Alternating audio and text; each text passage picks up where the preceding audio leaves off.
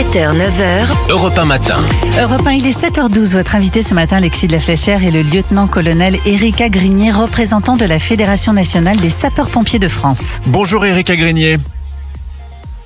Oui, bonjour. Merci d'être en direct avec nous ce matin sur Europe 1. Avant de parler de la situation sur le terrain, je voudrais que nous ayons une pensée pour le caporal Laurent Manson, 38 ans, sapeur-pompier volontaire des Bouches-du-Rhône, décédé hier dans l'exercice de ses fonctions. Est-ce que vous en savez un peu plus, mon colonel, d'ailleurs, sur ce qui s'est passé ? Oui, tout à fait. La Fédération nationale des sapeurs-pompiers s'associe bien sûr à la douleur de la famille, à tous les collègues sapeurs-pompiers 13, et il suffit de regarder le communiqué justement du SDIS 13 qui a donné quelques éléments de contexte. Il s'agirait d'un accident de la circulation du conducteur, donc de notre collègue de sapeur-pompier volontaire de 38 ans qui se serait couché pour des raisons qui restent à déterminer après avoir fait le plein, le complément de carburant de son véhicule à l'issue d'un dispositif préventif. Ce sont les éléments qui ont été donnés par le communiqué officiel des sapeurs-pompiers des Bouches-du-Rhône. 2 sapeurs-pompiers sont morts également à Bordeaux-Mérignac, le caporal Anthony Berthaume, le caporal Wilfried Schmitter, tous deux âgés de 34 ans. 3 hommes du feu sont décédés. Il faut l'avoir en tête, ça aussi, lieutenant-colonel Éric Agrignier, que votre métier, on peut donner sa vie en fait pour les autres. Il faut l'avoir en tête aussi ça ce matin. Oui, et malheureusement, j'ajouterai aussi un 4e sapeur-pompier décédé en Haute-Savoie, alors qu'il luttait lui aussi sur un feu et qui a été victime de la chute d'un rocher. Donc c'est 4 sapeurs-pompiers décédés en service liés à cette très difficile saison des feux de forêt. Et effectivement, le risque fait partie de notre métier pour ceux qui sont sapeurs-pompiers professionnels, pour leur engagement, pour les sapeurs-pompiers volontaires. Il ne faut pas oublier que les sapeurs-pompiers volontaires, c'est un engagement citoyen. Ils donnent de leur temps pendant leurs vacances, pendant leur temps de repos, pour s'engager dans leur centre de secours, de leur situation géographique et pour aider effectivement les services d'incendie et de secours à l'ensemble des missions qui sont les nôtres, le secours à personne et bien sûr tous les fléaux catastrophiques dont le feu de forêt fait partie et dont cette saison est particulièrement éprouvante et la corporation paye effectivement un très lourd tribut cette année. Et c'était important de le rappeler ce matin sur Europe 1. La lutte contre les méga-feux se poursuit. Plus de 42 000 hectares brûlés en Gironde, près de 5 000 dans le Var, près de 4 000 dans les Landes, où c'est quand même la bonne nouvelle du jour, où contrairement à la Gironde, dans les Landes, le feu est fixé. J'aimerais vous entendre dire ce matin, lieutenant-colonel Éric Agrignier, que le pire est derrière nous, mais est-ce vraiment le cas ?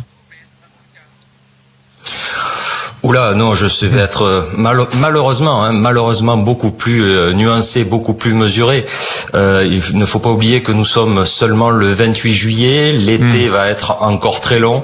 On annonce d'ores et déjà, les spécialistes de la météo, un retour de températures très hautes. On parle même de canicule à certains endroits de la France. On a vu depuis le début de cet été, qui a commencé très tôt, en juin déjà, où on a eu des feux en France extrêmement importants, que ces conditions étaient terribles cette année et favorisaient bien entendu ce risque feu de forêt. Et il suffit de regarder l'histoire. L'histoire, on a connu des feux. Vous savez, moi je suis originaire du sud, du département du Gard, et on a connu des feux jusqu'au mois d'octobre.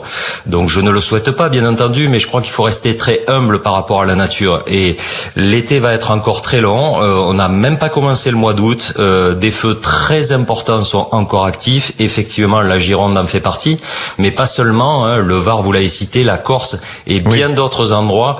C'est un été qui va être encore très long et très difficile. Pouvez-vous nous rappeler peut-être ce matin, parce que les termes sont importants, quand on dit que dans les Landes, le feu est fixé, qu'est-ce que ça veut dire précisément ?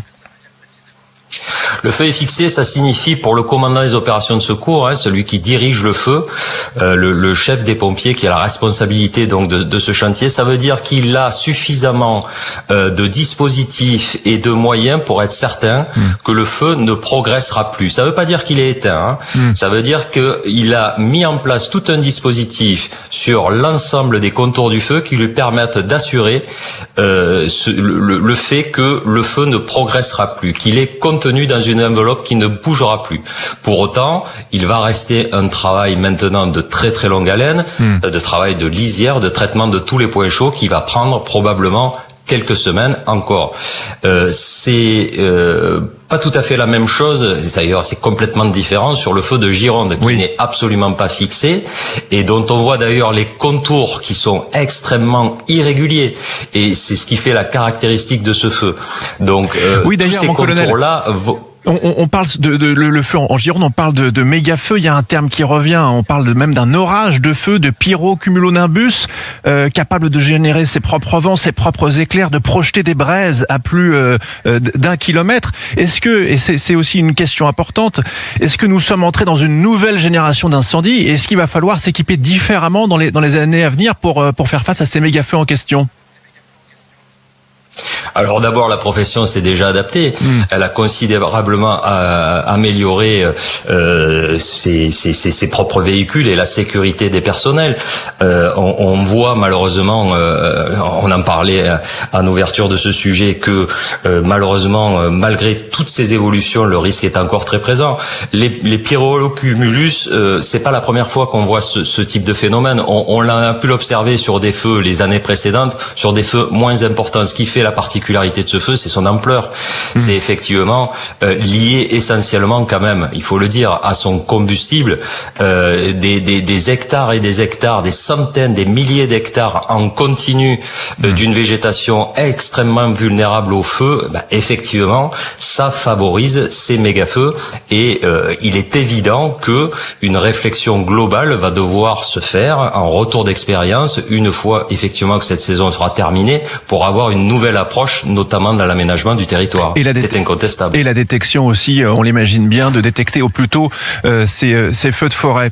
Vous le disiez, et c'est vrai que ça m'a marqué ce matin en échangeant avec vous, mon colonel, c'est que finalement, peut-être, c'est ce que vous dites ce matin sur Europe 1, c'est que en septembre, le feu, les braises c'est tellement chaud, c'est tellement violent qu'on pourra avoir encore des pompiers sur le terrain à la rentrée en septembre. Ça peut nous emmener jusque là. Mais je vais être beaucoup plus affirmatif que vous, c'est certain.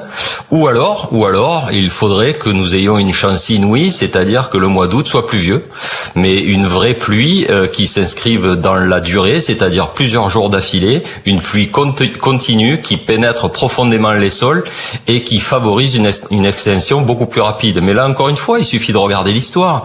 2022, cette même région a été frappée par les feux. Il a fallu 3 mois pour que le feu soit passé éteint. Donc voilà, je vous laisse faire le calcul. S'il n'y a pas de pluie significative, comme je viens de l'expliquer, évidemment que au mois de septembre et au mois d'octobre, il y aura encore des sapeurs-pompiers engagés sur le terrain pour traiter ce feu. C'est une évidence. Eh bien, je vous remercie infiniment, lieutenant-colonel Éric Agrégnier, pour vos explications, votre éclairage ce matin sur Europe 1. C'était essentiel et passionnant. Merci à vous.